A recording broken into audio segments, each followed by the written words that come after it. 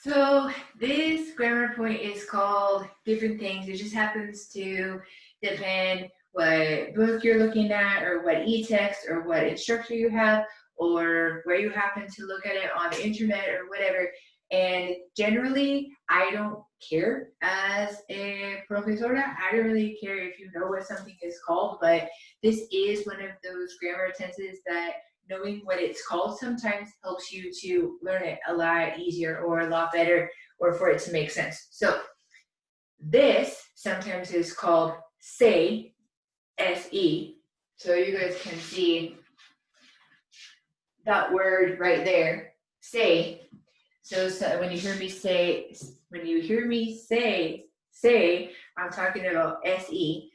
Sometimes this is called so many things. Say plus verb constructions, say plus verb expressions. I think those are pointless names because they don't really tell me what I'm doing.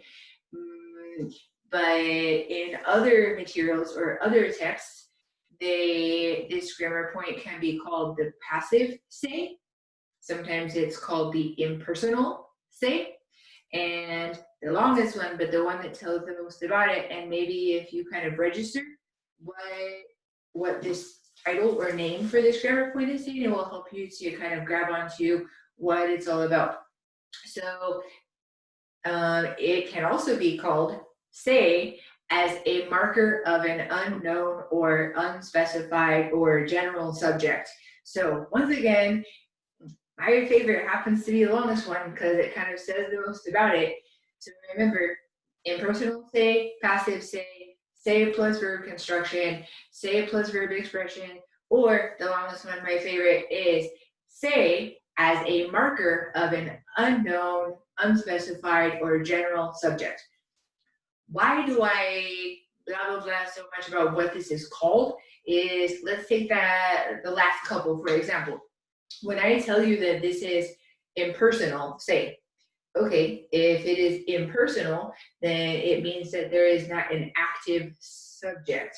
It's kind of removed from me. It's impersonal, right?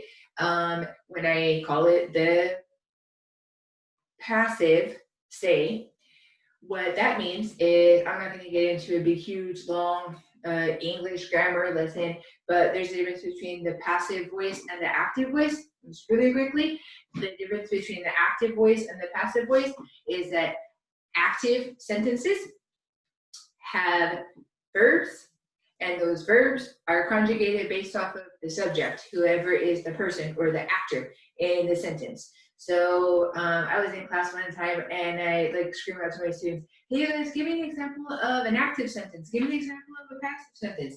And there's this one dude that said, I don't know, I guess an active sentence would be like, I run. And I said, okay, then what's an example of a passive sentence? And they said, I don't know, I sleep. And I was like, okay, I get it. You're passive sometimes whenever you're sleeping, but that's not an example of an active and a passive. Those are both active sentences. Why? Because we say, I run, but she runs. Or I sleep, but he sleeps.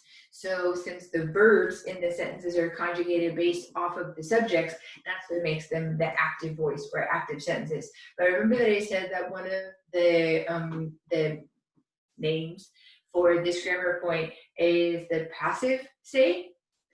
What that means is the passive voice. So whether we're in English or whether we're in Spanish, what the passive voice would be is when you don't know who the subject is. So there's going to be a verb in the sentence, but we don't know who the subject is. It's something like, Spanish is spoken here. So if y'all have ever been driving around the city, or you see a flyer, or you see something on the internet or whatever, and it says, se habla español. Se habla español is an example of this very grammar point that we're doing right here. If I were to ask people, if you see a sign and it says, se habla español, what does that mean? Many people who don't know the difference or don't know what the passive voice is, which is what all of this is, they will say, oh, I got it. Okay, probably se habla español means we speak Spanish. No, it does not. It absolutely does not, and that will mess you up every single time. The reason se habla español does not mean we speak Spanish, is because the whole point of the passive voice is for us to not know really who the subject is. So if I'm driving and I see that sign on the window that says se habla español, and I say, hey, I speak Spanish, okay, I can go in there and they will help me. I don't know really who speaks Spanish in there. What se habla español means is Spanish is spoken, or if it says se habla español aquí, Spanish is spoken here. So when I walk in, I don't know if everybody in there speaks Spanish. I don't know if only one person speaks Spanish and they only work on Wednesdays from 2 to 4 or whatever, because with the passive sentences, there is no subject. It doesn't say Jose habla español. Jose speaks Spanish. Or it doesn't say what often students will think it says, which is we speak Spanish here, because we speak Spanish here is nosotros hablamos español.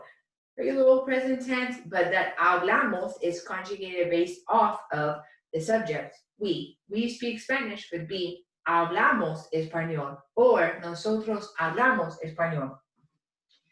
And that leads me to the longest blah, blah, blah about this, which is the thing about this being called oftentimes say as a marker of an unknown, unspecified, or general subject. I'm sure you can figure out by all the stuff that I've said so far why I like that name. It's because the thing to write down about this is that we should never know who the subject is. Therefore, in none of these sentences will you see a subject. Why? Because of the last name that I just gave you. Say is the marker for that subject that's not going to exist. So we're not going to see Jorge, Juan, Mario, Maria, Jose, él, ella, tú, yo, nosotros, ellos, ustedes. We're not going to see any subjects. Say is going to be the marker for the unknown or unspecified or general subject. So remember, all of these sentences, we don't know who the subject is. This grammar tense, no matter what we call it, of the few different things it can be called, it exists in pretty much every grammar tense in Spanish. So we can have this passive say, or impersonal say, or say as a marker of an unknown or unspecified subject. In the preterite, or in the imperfect, or in other tenses that we'll see coming up. It exists in the future tense. It exists in all the tenses, more commonly than not in the main ones that you have learned already in Spanish. But we are only going to tackle it in this class in the present tense. So lucky for you, we're only worrying about the present tense. We should all know our present tense endings for AR, ER, and IR verbs. So present tense, say, verb constructions, verb expressions kind of thing happening up here. We have this conjugation box, and it will be different than any other conjugation box I'm going to show you all semester, or that you will see in the rest of the semester, or whatever. Actually, probably different than most other conjugation boxes that you have seen ever in Spanish, because usually we have yo, tú, nosotros, subjects attached to these conjugations, but I have them X'd out, except for these two right here. Why do I have them X'd out? If you're paying attention a couple minutes ago, it's because we don't have any subjects. So our sentences are not going to be conjugated. The verb in the sentence is not going to be conjugated based off of the subject. So knowing that, you say, well, if I'm not conjugating my verb off the subject, what am I conjugating my verb off of? Basically, think about it like the what in the sentence. You're conjugating your verb based off of the what. And that will make more sense whenever we do the examples. But I'll just explain the mechanics of it really quickly. So we're never going to use this yo, tú, nosotros kind of stuff up here. And we're not even thinking about these two conjugations as being él, ella, ellos, ustedes. We're not thinking about it like that. The only reason for which I put this box up here is so that you know that the only two conjugations that will ever be put in play, whether we're using the present tense or not, as long as we're using this say as a marker of an unknown or unspecified subject, the only two conjugations that will ever be put into play will be the third person conjugation. So we will have this one and this one. And how do we know which one to use? It's easy if you just look up here. So I know that I'm going to use this conjugation of whatever verb it is we're talking about if the what in the sentence is a singular noun. We'll see that example in a second. So if the what in this sentence is a singular noun, then we're going to use whatever this conjugation would be. If the what in the sentence is a verb or an action, then we're going to be using this conjugation, this third person singular conjugation. So once again, third person singular conjugation if the what in the sentence is a singular noun or a verb or an action. Again, all of this will make more sense over here with our examples. How do we know we're going to use our third person plural conjugation? If the what in the sentence is a plural noun. So again, third person plural conjugation, this one right here, if our what in the sentence is a plural noun. Remember, since this is called say personal, say passive, say as a marker of an unknown or unspecified subject, say plus verb expressions, say plus verb constructions. The one thing sometimes people do, like on a a quiz or exam or maybe in a composition or something like that, is they forget to put the word say in there. No, that can't be a thing because that is the whole thing about this thing. So let me grab the marker and do some of these sentences with you. So it's already given us the verb that we're going to be using. Remember that say has to be in the sentence, and just draw something down. You will notice in all of the sentences that we're going to have say, and then the verb is going to come next. So in this case, in the present tense for our class, say, and then the verb comes next. Say, and then verb comes next. You get the point. But one thing that people sometimes don't know what to do is if it is, let's pretend we see a sign and it says, Spanish is not spoken here. Instead of se habla español aquí, what if it said Spanish is not spoken here? People don't know sometimes where to put the no. And so we're kind of conditioned to think that the no comes right before the verb. And that is not the case with this grammar point. Since this is say plus verb constructions or say plus verb expressions or whatever, don't ever split up the say and the verb. So if we want to say Spanish is not spoken here, we would put the no in the front of the sentence and say, no se habla español aquí. So that sign, that place where Spanish is not spoken, is going to say, no se habla español. Just to let you know where the no goes so that you don't try to split up the say and then the verb. Never do that. So just looking up here and trying to figure out what the sentences are trying to convey. Esta casa means this house. The verb vender means to sell.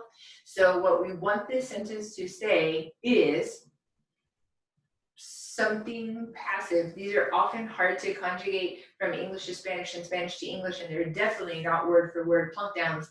But if this means this house and this means vender, to sell, pretend I've got a stick in my yard and it says something like house for sale, selling my house, something like that. No, think about like house for sale or house is for sale, kind of like we had that sign, Spanish is spoken. Think house for sale or houses for sale.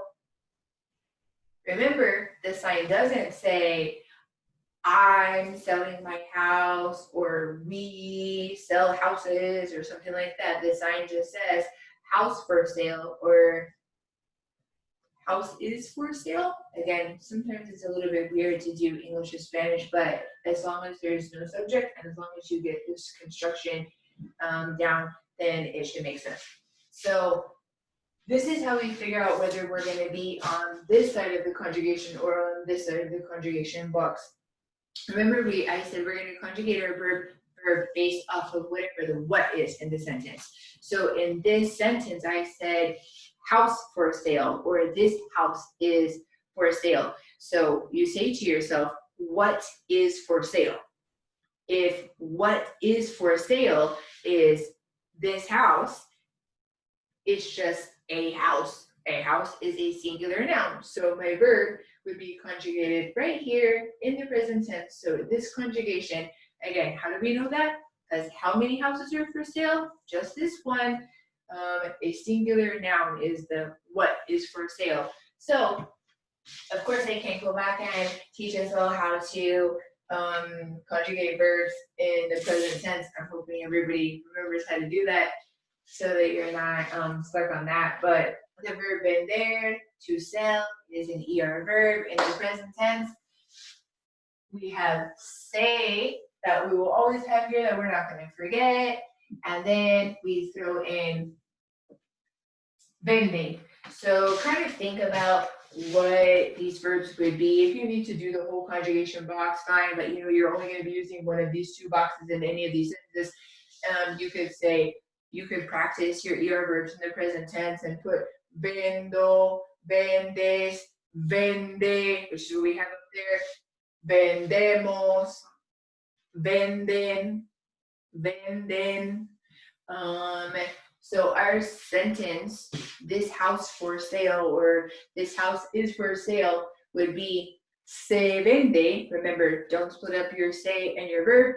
Se vende esta casa. Se vende esta casa. This house for sale.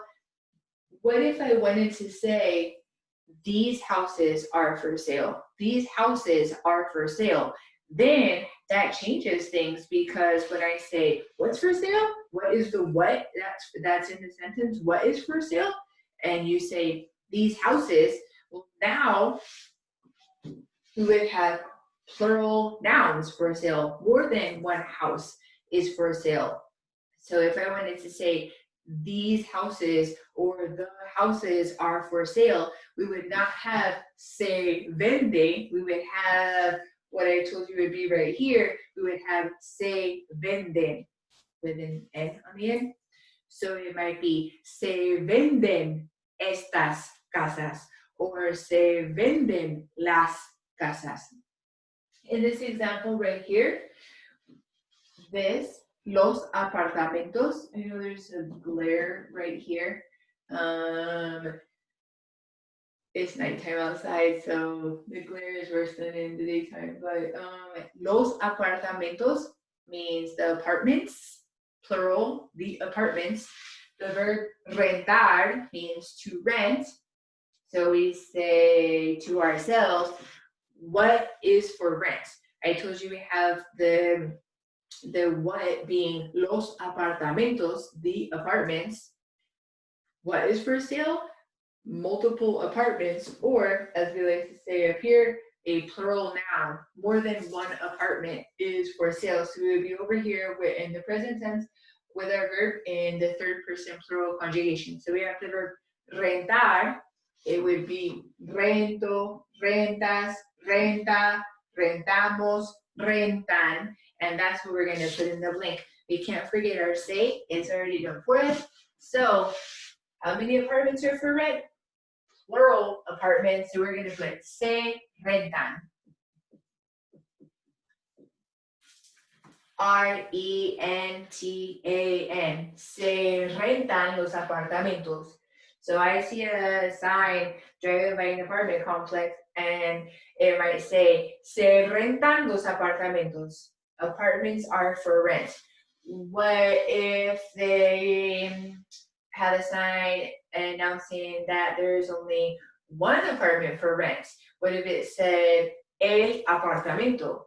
Then it wouldn't be se rentan.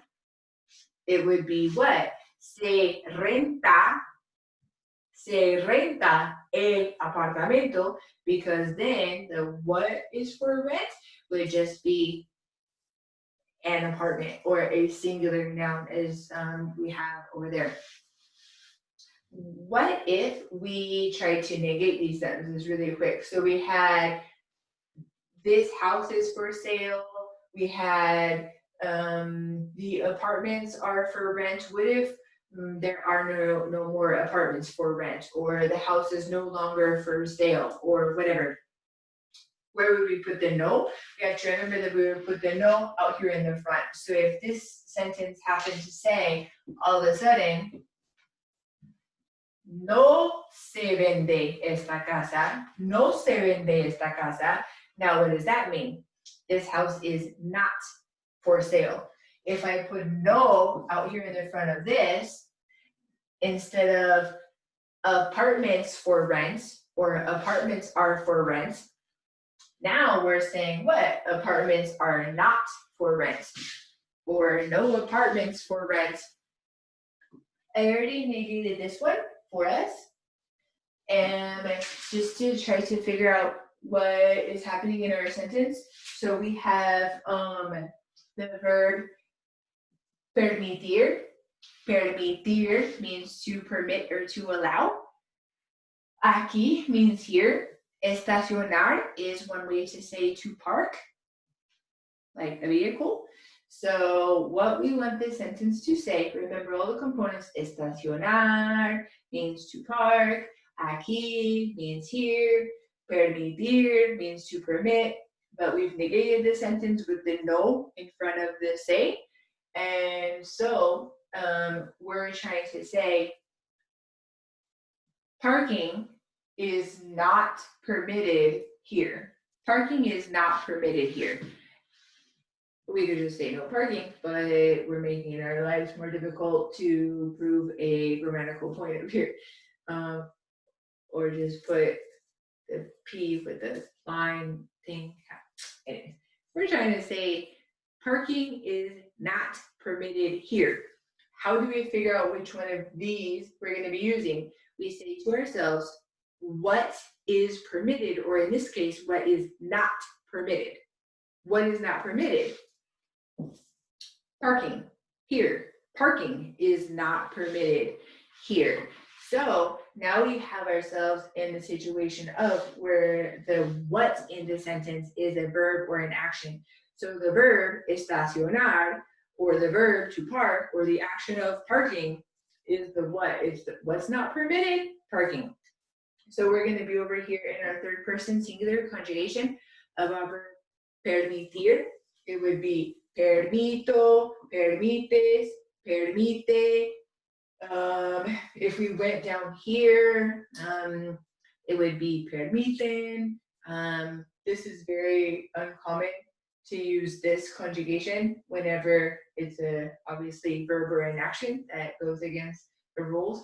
Sometimes people do it in slang, but only in 2 or 3 countries. So just remember, whenever it's a verb or an action, we're going to be over here.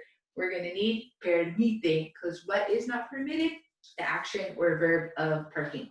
So we're going to do, you can see our verb in its infinitive, permitir, P-E-R-M-I-T-I-R. And in the present tense, third person singular conjugation, we have permite, P-E-R-M-I-T-E.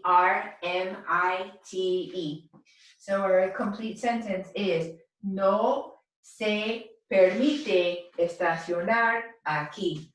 No se permite estacionar aquí. Parking is not permitted here. 2 more examples. So we have cura, C-U-R-A. It means a cure. So it would be la cura would be the cure, but I put una cura, so it would be a cure. Para is one of the ways to say for. And then we have el cáncer. So all of the components of the sentence, a cure for cancer is what is needed, because our verb that we're going to be using is necesitar. The verb necesitar means to need. Necesitar, necesitar, to need. So again, I was in class one time, and I'm like asking for the students to help me fill in the blanks or come up with a sentence or whatever. And I said, "Okay, guys, we need to figure out if we're going to be on this side or on this side. How are we going to conjugate our verb?" And so I had already gone through and told them that una cura means a cure and el cáncer means cancer. And so I say, okay, let's figure out what is needed. And like half the class, cancer. And I'm thinking, no, cancer is, trust me, is not needed. But what is needed? Not a cancer, yet a cure for cancer. We're pretending like it is one single solitary cure, una cura. And so since what is needed is not cancer, but yet a cure for cancer is needed is a singular noun, una cura, with our verb necesitar, we're going to be over here in this conjugation. So we're going to put se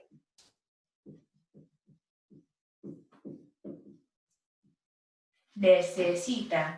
Se necesita, and that would be spelled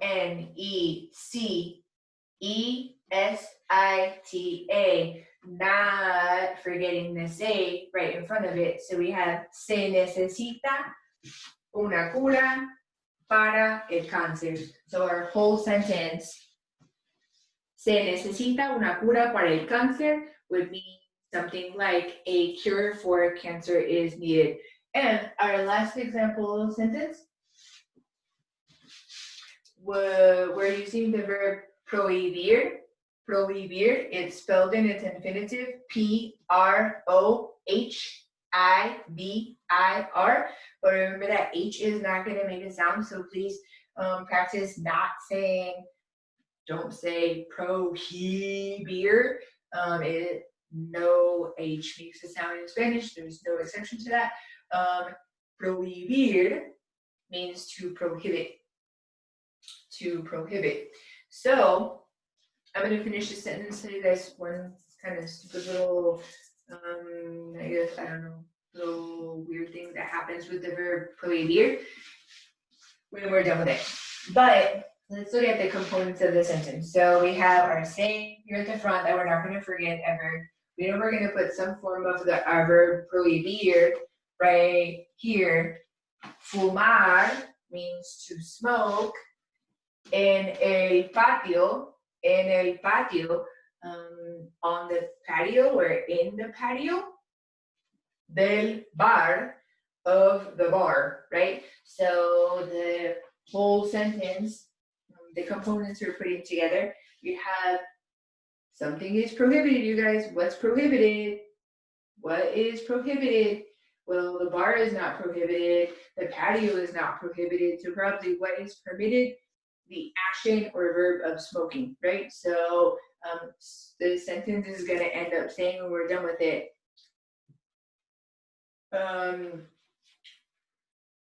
smoking on the bar patio, or smoking in the patio of the bar is prohibited. So again, what is prohibited? Smoking where? When you're on the patio at the bar. So since the what that we're talking about is the action or verb of smoking, then we're going to be over here with our third person singular conjugation of the verb prohibir, to prohibit. So it might not be a very common verb that many of us are used to utilizing in Spanish.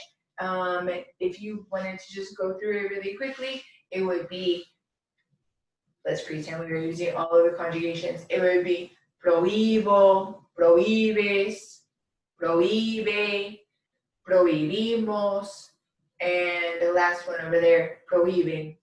Remember that all of those have H's, even though I'm not saying H because they don't really sound. So in the present tense, knowing that the what that's not, that's not the is prohibited is the action or verb of smoking. That's what you can't do on the bar's patio.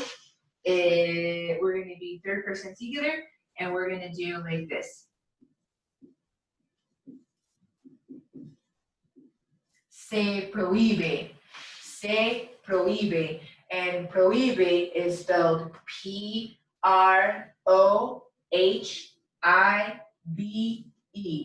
Se prohíbe, se prohíbe. So the kind of curious thing that happens with the verb prohibir when it's conjugated. So we'll just talk about the example of prohíbe or se prohíbe. It exists in Spanish with or without an accent mark over the I. So it just depends sometimes where you happen to find it. It depends dialectical kind of things, like from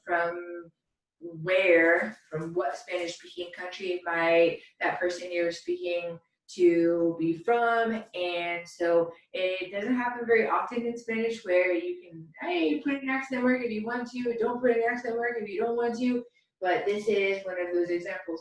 The reason that I mentioned that is because if you have, for example, any online homework, or if you're looking things up online and you see it both ways, try it both ways, do whatever you want to do, just know that it exists in both ways, with an accent mark over the I or with no accent mark over the I. So if I wanted to, I could put an accent mark over that I.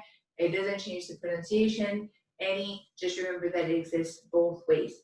And that doesn't happen very often. Usually when an accent mark is required, it's always required, and then it's not okay to put one in there. This is an exception to that rule. So our whole sentence would be: se prohíbe fumar en el patio del bar. So it rhymes. It's really good. It rhymes. Se prohíbe fumar en el patio del bar. What does that sentence mean? Se prohíbe fumar en el patio del bar. Something like smoking is prohibited on the patio of the bar, or smoking is prohibited on the bar's patio. Just to change it up really quickly, let's negate it. Let's say, okay, you can't smoke inside, but you can smoke outside on the patio at the bar. So if we wanted to say smoking is not prohibited, smoking is not prohibited as long as you go outside to the patio,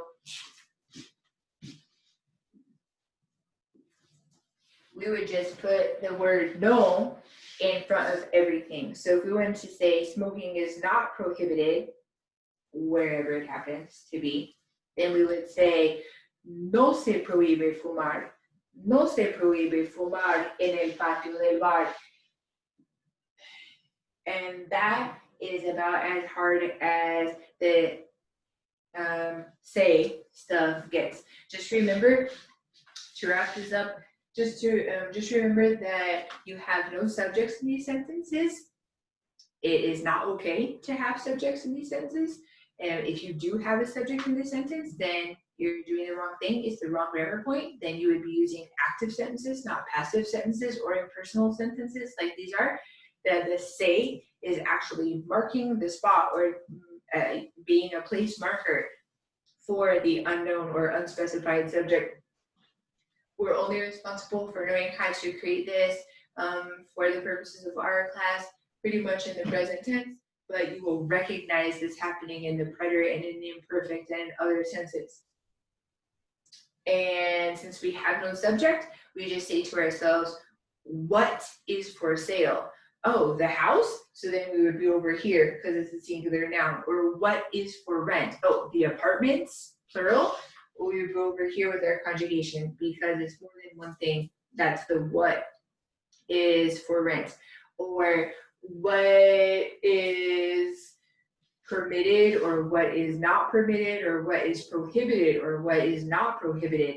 Well, parking is prohibited or smoking is prohibited or parking is not permitted or smoking is not permitted. In those two kinds of sentences, we say what is prohibited or what is not permitted, smoking or parking. And since the what that's not permitted or that is prohibited is an action or a verb, we would be over here in that side of our conjugation. So that is the say stuff that we needed to go over right now.